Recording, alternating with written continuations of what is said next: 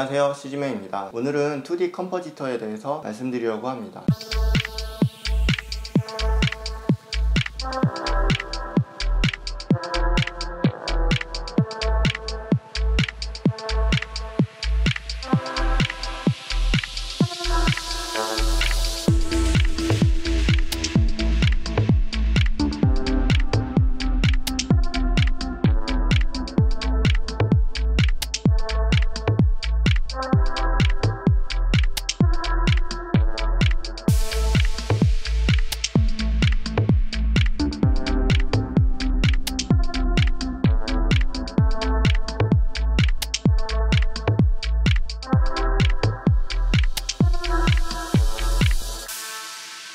일단 2D 컴포지터란 무엇일까요? CG에는 여러 가지 파트가 있다고 계속 말씀드렸잖아요. 그 여러 파트들에서 받은 소스들을 하나로 취합해서 최종 완성본을 만드는 일을 합니다.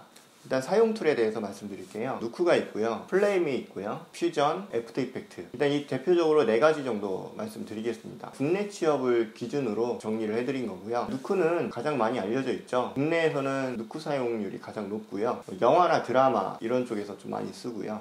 CF에서도 요즘은 쓰고 많은 부분에서 사용을 하고 있습니다. 그래서 아무래도 2D 컴포지터 준비를 할 때 누크를 사용하면 지원할 수 있는 폭이 넓기는 합니다. 그리고 플레임이 있는데 플레임은 CF 회사에서 많이 씁니다. 근데 상당히 고가의 장비예요. 거의 슈퍼카 가격급인데 CF 광고에 나오는 CG 작업을 하는 그런 포스트 프로덕션에서 많이 사용을 합니다. 리눅스 기반의 컴퓨터를 사용을 하는데 아무래도 개인적으로 구하기는 더 어렵고 좀 배울 수 있는 곳이 좀 한정적으로 되어 있습니다. 대신 이제 속도가 빠르고 광고 쪽은 시간이 타이트하다 보니까 이 장비를 메인으로 사용을 해요. 그리고 퓨전은 누크랑 비슷하게 노드 기반의 툴인데 해외 쪽에서 많이 사용을 합니다. 해외 쪽을 생각하시는 분들은 퓨전을 쓰면 좋겠고요. 이것도 굉장한 툴이에요. 무료로 사용할 수가 있기 때문에 좋습니다. 애프터 이펙트, 이거는 드라마 쪽에서 좀 많이 쓰고요, 방송국에서도 좀 많이 사용을 하고요. 큰 틀에서는 툴만 다를 뿐이지 기본 원리는 다 같아요. 2D 컴포지터가 하는 일에 대해서 좀 더 구체적으로 한번 얘기를 해드릴게요. 최종적으로 합성을 하는 일을 한다고 했는데 3D에서 최대한의 고퀄리티로 렌더링 소스를 이제 뽑아주면 원래 촬영본과 그 3D와 좀 자연스러워 보이게 톤 앤 매너를 맞추고 디벨롭 작업을 합니다. 매트 페인팅이라는 팀도 있는데 거기에서 매트 소스도 받아서 평면적인 그림이다 보니까 그 그림 안에서는 공간이 있거든요. 깊이감이라든지 멈춰있는 그림이기 때문에 좀 더 자연스럽게 톤 앤 매너를 맞추고 아트웍적인 손을 대기도 합니다. 그리고 요즘은 색보정도 컨트롤을 해요. BI라고 해서 아예 회사가 별도로 있을 정도입니다. 거기서는 전체적인 톤에 대해서 손을 본다면은 2D 컴포지터는 디테일적인 색보정을 합니다. 아무튼 최종 마지막 결과물 이런 총 책임을 지고 있어요. 책임감이 좀 크죠. 이 2D 컴포지터는 직종별로도 좀 나뉘어져 있어요. 큰 틀에서는 합성하는 직군인데 좀 더 분야를 나누면은 영화 쪽이 있고요, 드라마 쪽도 있고, CF 쪽이 있고, 뮤직비디오라든지 3D 애니메이션, 게임 시네마틱, 그 외에도 여러 가지로 나뉘어져 있습니다. 사실 모든 부분에 포진되어 있기는 하죠. 대표적으로 영화, 드라마, 이 CF, 크게는 이 3가지에 대해서 간단하게 차이점을 말씀드려 볼게요. 제 경험상 주관적인 내용이긴 한데 2D 컴포지터를 준비하시는 분들이 전략적으로 팁이 될 수 있기 때문에 말씀을 드려 볼게요. 이 영화 쪽은 스케줄이 좀 긴 편이에요. 짧게는 한 달, 2달에서 길게는 반년 정도 한다든지, 해외 같은 경우는 몇 년을 하죠. 그렇기 때문에 그림 하나에 에너지를 굉장히 많이 쏟아요. 디테일을 올리기 위해서. 그리고 작업해야 할 물량이 굉장히 많습니다. 스케줄, 컨디션 조절을 잘해야 돼요. 마라톤과 비슷합니다. 대신에 그런 초중반에는 어느 정도 자기의 시간을 좀 확보를 할 수가 있어요. 약간의 여유를. 그리고 아트웍 쪽으로 퀄리티 있는 작업을 많이 하다 보니까 포트폴리오 축적하는 데 있어서 좀 유리한 면이 있습니다. 드라마는요, 방송국 경험을 할 수 있는 특별한 기회? 그런 게 있고요. 드라마 특징은 일단 스케줄이 타이트한 게 있어요. 그 전에 촬영을 미리 해놔요. 그래서 진행들을 하긴 합니다. 근데 좀 1화, 2화 이런 초반에 퍼포먼스적으로 재밌는 장면들이 되게 많이 많이 나와요. 그래서 시청률이라든지 이목을 집중시키죠. 초반에 CG가 막 몰아칩니다. 일단 드라마는 거의 매주 보잖아요. 보통 스케줄이 작업자에게 남은 시간이 딱 일주일인 거예요. 딱 온에어가 되기 전에는 좀 넉넉한 시간을 가지고 하거든요. 근데 그때는 CG가 많은 것들, 이슈 장면들 위주로 하고 온에어 전까지 최대한 많이 해놓죠. 근데 촬영 스케줄 사정도 있어서 1화부터 뭐 24화까지 드라마다 그렇다 치면은 그걸 다 촬영하지는 못해요. 1화부터 뭐 한 6화까지 미리 촬영이 뭐 돼 있고 중간중간에 좀 큰 장면들만 촬영이 돼 있고 그렇게 촬영이 된 걸로 작업을 하고 온에어가 딱 시작되면은 같이 이제 물려요. 매주 다음 화를 위해서 막 촬영하는 것, 뭐 내일 방송인데 뭐 지금까지 촬영을 하는 경우도 있어요. 이게 점점 시간에 막 쫓기게 돼요. 그래서 이제 갈수록 살인적인 스케줄이 됩니다.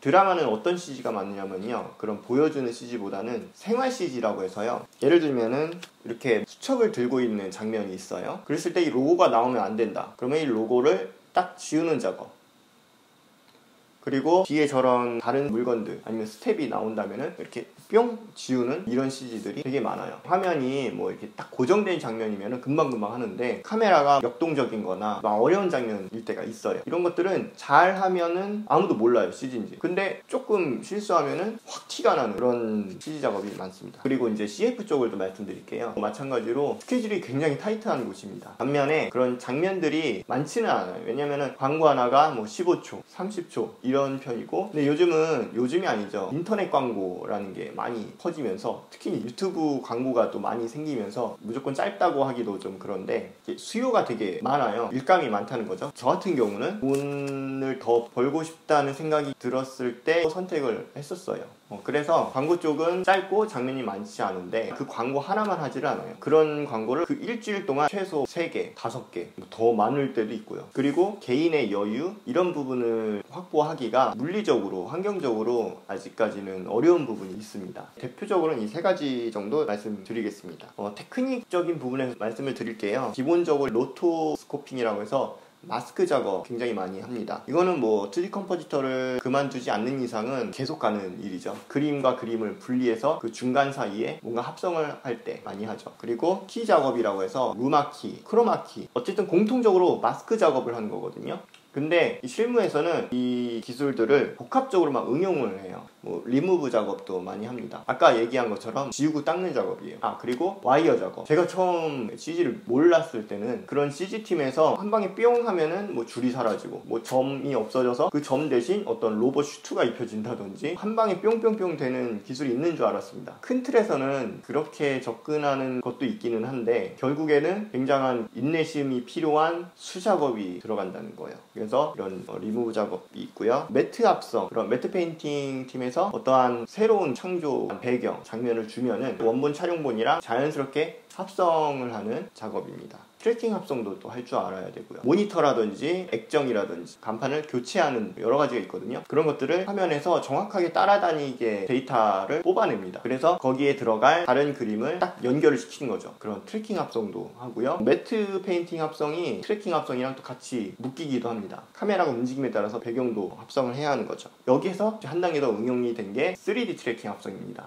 2.5D 합성이라고도 해요. 2D에서도 3차원 공간을 만들 수가 있거든요. 그래서 마치 입체적으로 느껴지는 트래킹 합성 작업도 합니다. 여기에서 조금 더 디벨롭돼서 프로젝션 합성도 있거든요. 프로젝션 행사 많이 봤을 거예요. 건물에다가 어떠한 빛을 쐈는데 거기에 막 그림이 움직이고 그런 프로젝션 행사 보셨을 거 아니에요. 그것처럼 합성 툴 안에 그 원리가 그대로 들어가는 거죠. 그리고 거기에서 그 프로젝션이 그냥 평면일 때가 있고요. 한 단계 더 업그레이드 돼서 3D 모델링 데이터를 들여와서, 아니면은 누크 같은 프로그램은 3D 지형을 트래킹을 통해 좌표값을 뽑아내서 임의로 모델링을 만들어주기도 합니다. 아니면은 3D 팀에서 폴리곤으로 또 만들어줘요. 그러면은 거기에 프로젝션을 쏘는 거죠. 그래서 더 뭔가 자연스러운 느낌을 받을 수가 있는 거죠. 그래서 이런 테크닉들을 대표적으로 다룹니다. 오늘은 큰 틀에서 좀 말씀드렸고요. 이 CG 교육이라든지 이런 게 많이 요즘은 보편화되어 있는데 2D 컴포지터는 생각보다 디테일하게 교육 과정이 잘 된 케이스가 보기 어렵더라고요. 정말 농담이 아니라 2D 컴포지터 취업도 그 틈새만 잘 공략하면 굉장히 쉽거든요. 사실 틈새도 아니에요. 너무 많이 벌어져 있어요. 너무 그냥 대놓고 취업의 문이 활짝 진짜 열려 있거든요. 근데 그쪽으로 인도를 제대로 해주는 곳이 생각보다 많지가 않아요. 약간 PR을 하자면은 저희 CG맨 채널에서 1년에 한두 번씩 가끔 온라인 멘토링 과외를 하는데 실무에서 원하는 그런 교육을 속성으로 해주죠. 그래서 실제로 취업도 했었는데요. 관심 있는 분들은 봐주시면 좋겠고요. 아무튼 이 2D 컴포지터 굉장히 매력적인 파트입니다. 공부하시는데 오늘 이 영상이 참고가 됐으면 좋겠습니다.